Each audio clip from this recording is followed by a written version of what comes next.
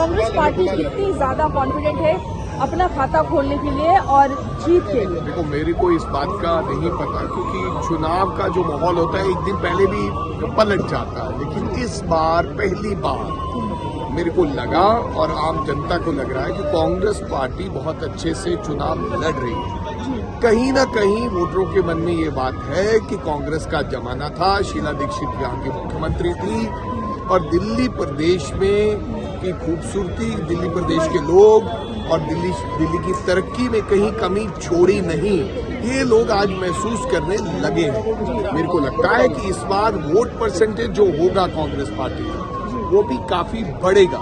विरोधियों को, चाहे वो आम आदमी पार्टी वाले हैं चाहे वो बीजेपी वाले हैं, कहीं ना कहीं वो चिंता में हैं।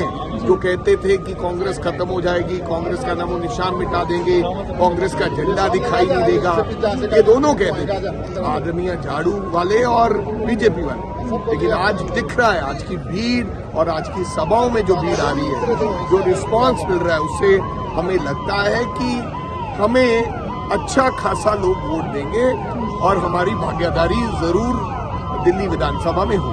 देखो, ये तो अपना अपना है, मैं इसमें तो नहीं कह सकता, क्योंकि इंडिया अलायंस की बात मैं कैसे कह सकता हूँ, बिकॉज मेरे पास वो अधिकार क्षेत्र नहीं है कि अखिलेश जी किसी सभा में क्यों आए। हो सकता है उनका अपना निजी फैसला हो।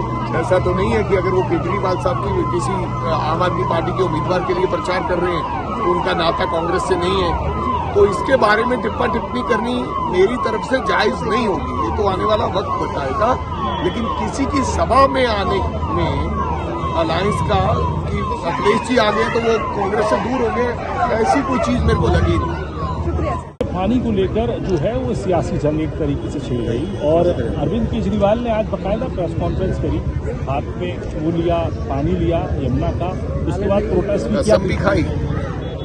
अब क्या है ना, दोनों महारथी हैं, बीजेपी नरेंद्र मोदी जी और आदरणीय केजरीवाल साहब। अब लोगों को पता चलने लगा कि ये मंच पर कुछ बोलते हैं और दिल में इनके कुछ और है। अब यमुना, अचानक यमुना माँ की याद आ गई, बोले कि अभी तो माँ नहीं कहा, अभी तो कसम नहीं खाई। तो मेरे कहने का मतलब है, ना किसी ने यमुना साफ करनी है, ना किसी को यमुना का ख्याल है। कोई वक्त था पहले प्रदूषण की बात किया करते थे, पंजाब से आता है, अब पंजाब में सरकार होगी झाड़ू की, तो अब उन्होंने कहा कि नहीं प्रदूषण तो अब हरियाणा में, यहाँ तो होता ही नहीं। अब देखो, मेरे कहने का मतलब दोनों लोग जो अहम पदों पर बैठे हैं, आदरणीय देश के प्रधानमंत्री जी और आदरणीय मुख्यमंत्री साहब, रोजाना एक नया सगुफा यानी कि बड़ा झूठ फेंकने का काम करते हैं। उनको लगता है कि झूठ जनता मान जाती है और इसी का कारण है कि जमीन से हम उठकर आज कांग्रेस की रैलियों में जिस प्रकार से भीड़ आ रही है और हमें लग रहा है कि वोट परसेंटेज काफी बढ़ने वाला है। अब दोनों पार्टियों को इस बात की चिंता है।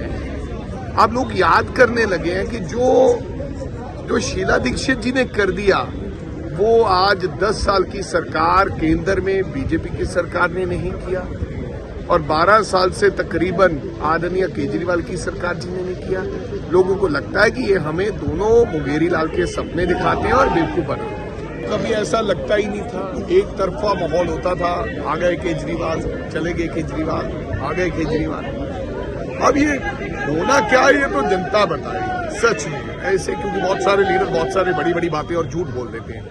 मैं ये चाहता हूँ कि झूठ ना बोला जाए, क्योंकि जनता को बात समझ आती है आजकल, और फिर रोजाना रिकॉर्डिंग निकाल लेते हैं। कल कुछ और कहता था आदमी, कुछ और कहता, तो फिर उससे आदमी का जो कद है वो गिरता है, अगला कहता है ये झूठा है। लेकिन आज ये कहने लग गए हैं लोग, पूरी दिल्ली और आसपास के लोग, कि केजरीवाल साहब फंस गए। ये एक उदाहरण बननी नहीं चाहिए कि खुद मुख्यमंत्री फंस गए हैं और कुछ भी हो सकता है। ये एक जो परसेप्शन बना है, और अब ये इसको सच्चाई में कितना है, होगा कैसे होगा, लेकिन पहले नहीं होता था। पहले तो कोई बात ही नहीं करता था। 3 बार लड़े केजरीवाल साहब, अरे नई दिल्ली की बात मत करो, आपने भी नहीं कभी। अब हर मीडिया वाला, रिक्शा वाला, दुकान वाला, ठेले वाला ये कहने लगा कि केजरीवाल साहब फंस गए। अब होगा क्या, मैं उसके बारे में टिप्पणी पहले ही कर दूं, क्योंकि मैं कोई जोशी तो नहीं हूं।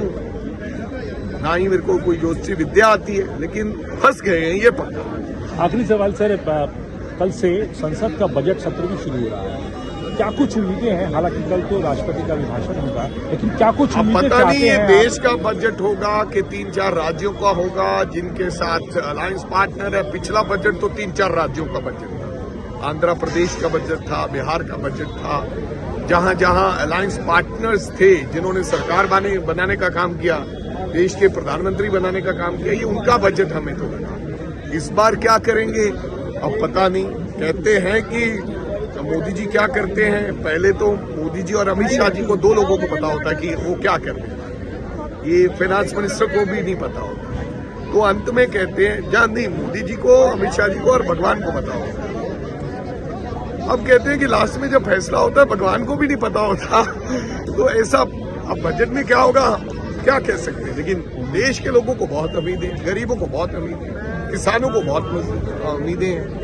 अब व्यापारियों का बजट ना हो, उद्योगपतियों का बजट ना हो, तो हम नहीं कहते देश में उद्योग चाहिए, हमें फैक्ट्रियां चाहिए, वो व्यापार बंद नहीं होना चाहिए, लेकिन जो 100 करोड़ जनता है दूसरी, जो गरीब लोग हैं, जो आपकी तरफ देखते हैं, आपके मुंह की तरफ देखते हैं कि आप भाषण देंगे या बोलेंगे कुछ, हमारे लिए कुछ निकलेगा, उनके लिए बजट होना चाहिए।